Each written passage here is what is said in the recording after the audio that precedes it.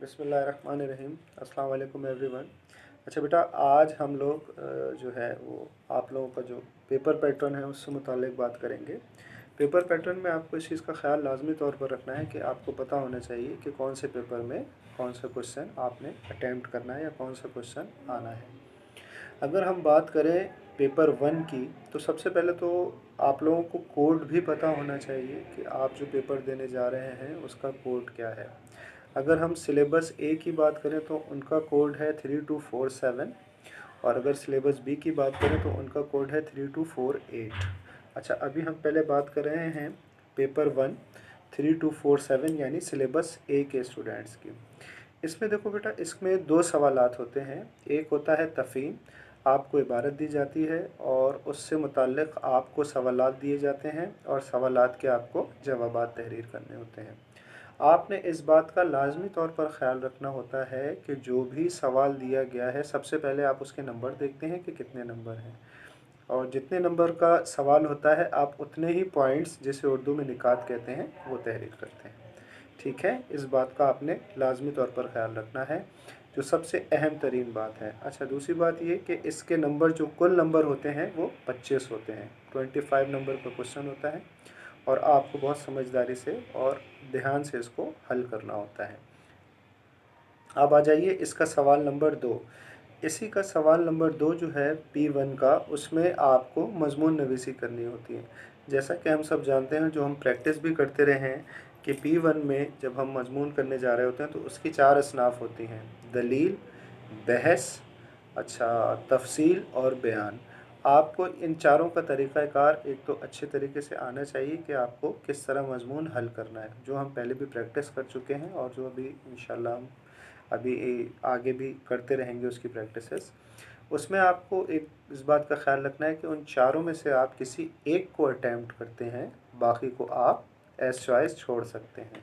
ठीक है, इसके भी कुल नंबर 25 होते हैं। ये तो बात हो गई 3247।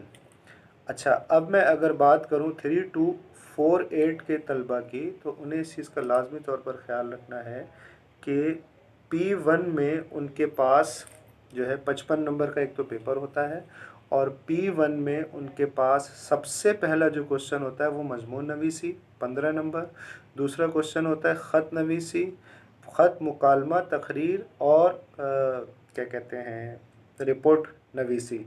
इन चार में से कोई एक सवाल, एक चीज़ करनी होती है। ये आपका सवाल नंबर 2 हो गया। और सवाल नंबर 3 होता है तर्जुमा नवीसी। तर्जुमा नवीसी यानी अंग्रेज़ी की इबारत दी जाती है और उसका उर्दू तर्जुमा तहरीर करना होता है। ये हो गई बात सिलेबस बी वालों की, यानी जिनका कोड है 3248 और कुल नंबर जो होते हैं एक पर्चे के वो 55 नंबर होते हैं।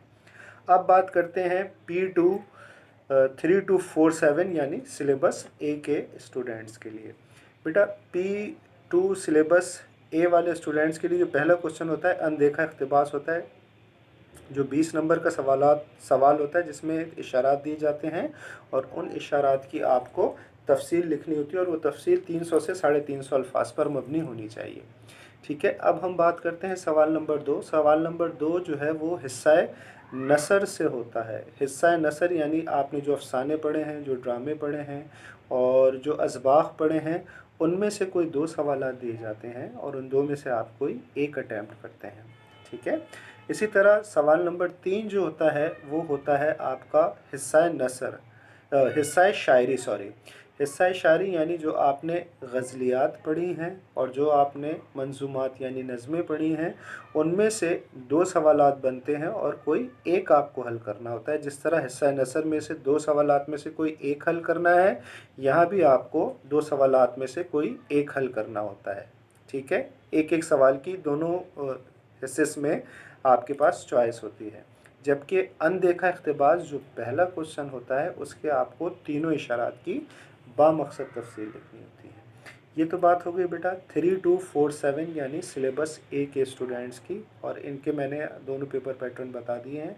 अब अगर हम बात करें सिलेबस बी के स्टूडेंट्स की, जो कि जिनका कोड एक दफ़ा दोबारा रिपीट कर दूं 3248 है, तो उनका जो P2 है उसमें सबसे पहला सवाल जो है वो ज़बानदानी का होता है, कवायद का होता है, जिसमें सबसे पहले बच्चा जो है मुहावरात अटैम्प्ट करता है। 5 नंबर के मुहावरात होते हैं, फिर मख्फी इबारत जिसे इंग्लिश में क्लोज पैसेज कहते हैं, फिर तीसरे नंबर पर जुमलों की तब्दीली या जुमलों की साख्त की तब्दीली जिसे सेंटेंस ट्रांसफॉर्मेशन कहा जाता है।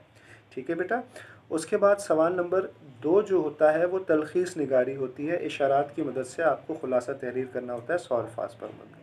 जबकि तीसरा सवाल जो होता है वो होता है तफ़हीम का। 2 तफ़हीमें दी जाती हैं जिनके सवालात के जवाबात आपको ख़ुद तहरीर करने होते हैं। 15-15 नंबर की एक एक तफ़हीम होती है। तो इस दफ़ा इस हफ़्ते की जो प्लानिंग है, जो मनसूबाबंदी है, उसमें मैं इसी चीज़ को शामिल करने जाऊँगा और इंशाल्लाह आप लोगों को दोनों को, सिलेबस ए वालों को और सिलेबस बी वालों को पेपर पैटर्न से मुतालिक मैंने बता भी दिया है और उनकी जो तस्वीर हैं वो भी मैं इंशाल्लाह आपको सेंड कर दूँगा। और इस दफ़ा रिटर्न वर्क कोई नहीं है आप लोगों के लिए, बस पेपर पैटर्न को अच्छे तरीके से समझ लीजिए कि उसमें 3 to 4-7 syllabus A, 3 to 4-8 syllabus B, किस तरह कौन सी चीज़ कौन से पेपर में आएगी जो आपको अटेम्प्ट करना है और उनके क्या कुल नंबर कितने हैं वो भी मैं लाजमी तौर पर लिख कर आप लोगों को भेज दूँगा। अपना बहुत ख्याल रखिएगा और सर को बहुत दुआओं में याद रखिएगा। अस्सलाम वालेकुम।